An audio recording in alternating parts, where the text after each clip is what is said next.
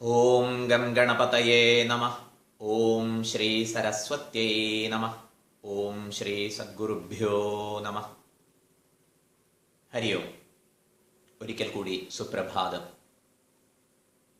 എന്തേ ഇയാൾ ഇങ്ങനെ പെരുമാറുന്നത് എന്ന ഒരു പ്രയാസം പലപ്പോഴും മറ്റുള്ളവരെ കുറിച്ച് നമുക്കുണ്ടാവാറുണ്ട്.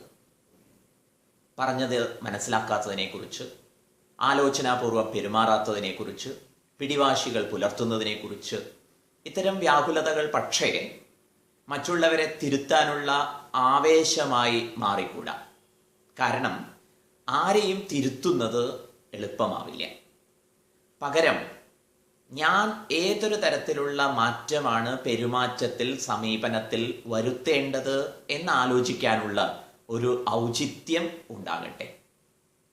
ഓരോരുത്തരെയും അവരവരായി അംഗീകരിക്കാൻ, അനുവദിക്കാൻ നമുക്ക് ആദരപൂർവം സാധിക്കണം. ഒരിക്കൽ കൂടി ആവർത്തിക്കട്ടെ. ഓരോരുത്തരെയും അവരവരായി അംഗീകരിക്കാൻ, അനുവദിക്കാൻ നമുക്ക് ആദരപൂർവം സാധിക്കണം. We have to accept each one as he is or as she is. ഈ ഒരു സമീപനത്തിന് ഉതകും വിധം ആത്മബോധത്തിലെ അടുത്ത ശ്ലോകം നമുക്ക് വിചാരത്തിനെടുക്കാമെന്ന് തോന്നുന്നു. ശങ്കര ഭഗവത്പാദർ കൈകാര്യം ചെയ്യുന്നത് ഗൗരവമേറിയ ഒരു വിഷയമാണ്. ധ്യാനപൂർവകം സമീപിക്കേണ്ടുന്ന ശാസ്ത്ര സാരമാണ്. പക്ഷേ ദൈനംദിന ജീവിതവുമായി ഇണക്കി വേണം അത് പരിചയപ്പെടുത്താനും പ്രയോജനപ്പെടുത്താനും. ആ നിലയിൽ ഇന്നത്തെ ചിന്ത ഇങ്ങനെ പുരോഗമിക്കട്ടെ. 11-ാം ശ്ലോകത്തിലേക്ക് പ്രവേശിക്കാം. നാനോപാധിവശാദേവ ജാതിവർണ്ണാശ്രമാദയഃ ആത്മന്യാരോപിതാസ്തോയേ രസവർണ്ണാദിഭേദവത്. നാനോപാധിവശാദേവ, ഉപാധിവശാദേവ, ജാതിവർണ്ണാശ്രമാദയഃ, ആശ്രമഭേദങ്ങളും ജാതിഭേദങ്ങളും വർണ്ണഭേദങ്ങളും. വർണ്ണം ബ്രാഹ്മണവർണ്ണം, ക്ഷത്രിയവർണ്ണം, വൈശ്യവർണ്ണം, ശൂദ്രവർണ്ണം അന്യത്ര നമുക്ക് പരിചയമുള്ളതാണ്. ജാതി കേരളത്തെ സംബന്ധിച്ചിടത്തോളം, ഭാരതത്തെ സംബന്ധിച്ചിടത്തോളം ജാതി വിഷയത്തിൽ പ്രത്യേകിച്ച് ഒരു പഠനം പുതുതായി ആവശ്യമില്ല. ഏറെ പരിചയമുള്ള വിഷയം. ആശ്രമം എന്നത് ബ്രഹ്മചര്യാശ്രമം, ഗൃഹസ്ഥാശ്രമം, വാനപ്രസ്ഥാശ്രമം, സന്യാസാശ്രമം എന്നിങ്ങനെ പ്രായത്തിന്റെ നേടേണ്ടുന്ന പക്വതയുമായി ബന്ധപ്പെട്ട ആചാര്യന്മാരുടെ നിർദ്ദേശങ്ങളാണ്. ഏതായാലും ഈ ഭേദങ്ങളൊക്കെ ആത്മാവിൽ ആരോപിക്കപ്പെട്ടതാണ്. ആത്മാവ് ഈ ഭേദങ്ങളെ കൊണ്ട് യാതൊരു തരത്തിലും മലീമസമാകുന്നില്ല, പൊല്യൂട്ടഡ് ആകുന്നില്ല എന്ന് ഓർമ്മിച്ചോളണം.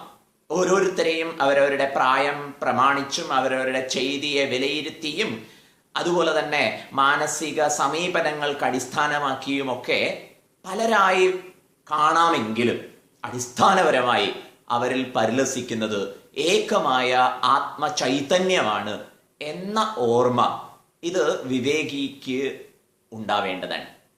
അത്തരത്തിൽ വിവേകപൂർവം എല്ലാവരെയും കാണുമ്പോഴും അവരുടെ വൈവിധ്യങ്ങളെ പരിഗണിക്കുമ്പോഴും അടിസ്ഥാനപരമായി ആധാരമായി പരിലസിക്കുന്ന ചൈതന്യത്തെ നമുക്ക് ഓർമ്മയുണ്ടാവട്ടെ. അങ്ങനെ വരുന്ന സമയത്ത് സമീപനത്തിൽ വരുന്ന ഒരു സമാദരണീയത, റെസ്പെക്റ്റിംഗ് ഓൾ എന്ന ഒരു സമീപനം, അത് നമുക്ക് ജീവിതത്തിൽ ഏറെ ആശ്വാസം പകരും, സ്വാസ്ഥ്യം പകരും. ശങ്കര ഭഗവത്പാദർ ഉദാഹരണത്തിലൂടെ ഗൗരവമേറിയ ആശയത്തെ വ്യക്തമാക്കുന്നു. തോയെ രസവർണ്ണാദി ഭേദവത്. ശുദ്ധജലത്തിന് പ്രത്യേകിച്ച് നിറമില്ല, പ്രത്യേകിച്ച് രസവും ഇല്ല. മറിച്ച് അതിൽ ചേർത്തുന്ന പദാർത്ഥങ്ങൾക്കനുസരിച്ചാണ് നിറവ്യത്യാസവും രസവ്യത്യാസവും വരുന്നത്. താത്വികമായി ജലം മധുര രസമുള്ളതാണ് എന്ന് സൂക്ഷ്മമായൊരു വിശകലനമുണ്ട്. അതിലേക്ക് കടക്കുന്നില്ല.